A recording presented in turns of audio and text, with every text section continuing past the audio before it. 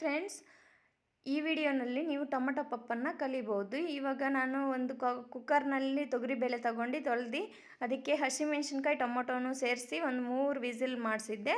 ಈಗ ಪಪ್ಪು ರೆಡಿಯಾಗಿದೆ. ಅದಕ್ಕೆ ಉಪ್ಪು, ಖಾರ, ಅರಿಶಿನ ಎಲ್ಲವನ್ನು ಸೇರಿಸಿ, ಖಾರದ ಪುಡಿ ಕಡಿಮೆ ಹಾಕ್ಕೋಬೇಕು. ಆಲ್ರೆಡಿ ನಾನು ಮೆಣಸಿನ್ಕಾಯಿ ಹಾಕಿದ್ದೀನಿ. ಈಗ ನೋಡಿ, ಕೋಲಿಂದ ಮಸದು ಒಗ್ಗರಣೆ ಹಾಕಬೇಕು.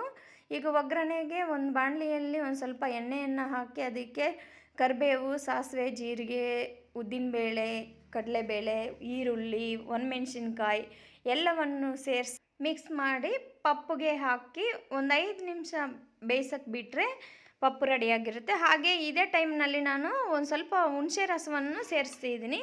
ಹುಣಸೆ ರಸ ನೋಡಿ ಸೇರಿಸಿ ಮಿಕ್ಸ್ ಮಾಡಿ ಅದನ್ನು ತಿರ್ಸಿ ಇಟ್ಟಿದ್ರೆ ಒಂದು 5 ನಿಮಿಷದಲ್ಲಿ ಪಪ್ಪು ರೆಡಿಯಾಗಿರುತ್ತೆ. ಸೂಪರಾಗಿರುತ್ತೆ. ಚಪಾತಿ, ರೊಟ್ಟಿ, ಮುದ್ದೆ, ಅನ್ನಕ್ಕೆ ತುಪ್ಪದ ಜೊತೆಗೆ ತಿನ್ನಬೇಕು.